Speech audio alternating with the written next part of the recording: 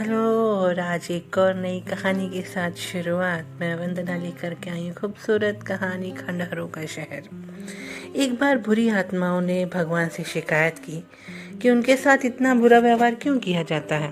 अच्छी आत्माएं तो इतने शानदार महलों में रहती हैं और हम सब खंडहरों में। आखिर इतना भेदभाव क्यों है, जबकि हम सब आपकी ही तो संतान हैं।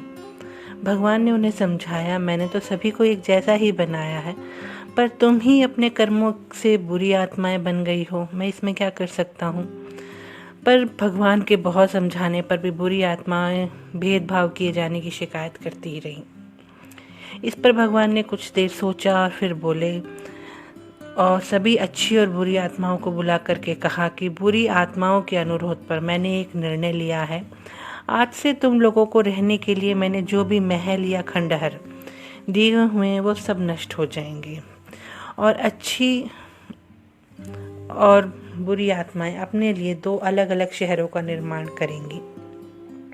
तभी एक आत्मा बोले, लेकिन इस निर्माण के लिए हमें ईंटें कहाँ से मिलेंगी। जब पृथ्वी पर कोई इंसान सच या झूठ बोलेगा तो वहाँ पर उसके बदले में ईंटें तैयार हो जाएंगी। सभी ईंटें मजबूती में एक समान होंगी। अब ये तुम लोग तय करोगे कि तुम्हें सच बोलने वाले ईंटें चाहिए या झूठ बोलने वाली। भगवान ने स्पष्ट किया। बुरी आत्माओं ने सोचा, पृथ्वी पर तो झूठ बोलने वाले लोगों की संख्या बहुत अधिक है, इसलिए अगर झूठ बोलने पर बनने वाली ईंटें ले ली जाएंगी तो हमारा शहर बहुत ही विशाल हो जाएगा और जल्दी निर्माण कार्य होगा। उन्होंने भगवान से कहा कि हम झूठ बोलने वाली ईंटें लेंगे और उन्होंने उसकी मांग कर ली। भगवान ने कहा ठीक है, वो ले लेना तुम। दोनों शहरों का निर्माण कार्य एक साथ शुरू हुआ। कुछ ही दिनों में बुरी आत्माओं का शहर विशाल रूप लेने लगा। उन्हें लगातार ईंटों के ढेर मिलते ही जा रहे थे और उससे उन्होंने अपना शानदार महल बना लिया। वहीं अच्छी आत्माओं का निर्माण बहुत धीरे धीरे चल रहा था। काफी दिन बीत जाने पर भी उनके शहर का बस एक हिस्सा ही तैयार हो पाया था। कुछ दिन और ऐसे ही बीतते गए। फिर एक दिन अचानक एक अजीब सी घटना हुई। बुरी आत्माओं के शहर से ईंटें गायब होने लगी।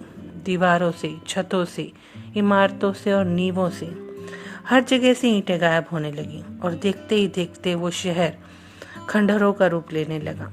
परेशान आत्माएं तुरंत भगवान के पास भागी आई और पूछा, हे भगवान, हमारे महल तो फिर से खंडहर होते जा रहे हैं, वहां से ईंटें ही गायब हो रही हैं, ये क्या हो रहा है। भगवान मुस्कुराए और बोली, ईंटें गायब हो रही हैं? अच्छा, लगता है जिन लोगों ने झूठ बोला था उनका झूठ पकड़ा गया, इसलिए उनके झूठ बोलने पर जो ईंटें बनी थी वो भी गायब होती जा रही हैं। मोरल ऑफ द स्टोरी, इस कहानी से क्या शिक्षा मिलती है हमें। ये शिक्षा हमें बचपन में सभी को मिली है, लेकिन हम कभी उसको सीरियसली लिया ही नहीं। झूठ बोलना पाप है, ये पकड़ के बैठे हैं, लेकिन किसी ने उसको पाप समझा ही नहीं।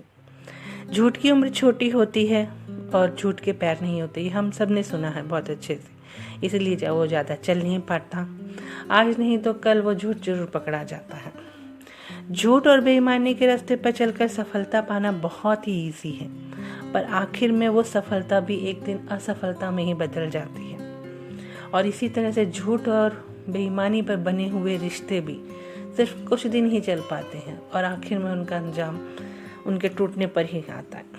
वहीं सच्चाई से चलने वाले रिश्ते बहुत आगे तक जाते हैं और लोग सफलता भी उसी से प्राप्त करते हैं।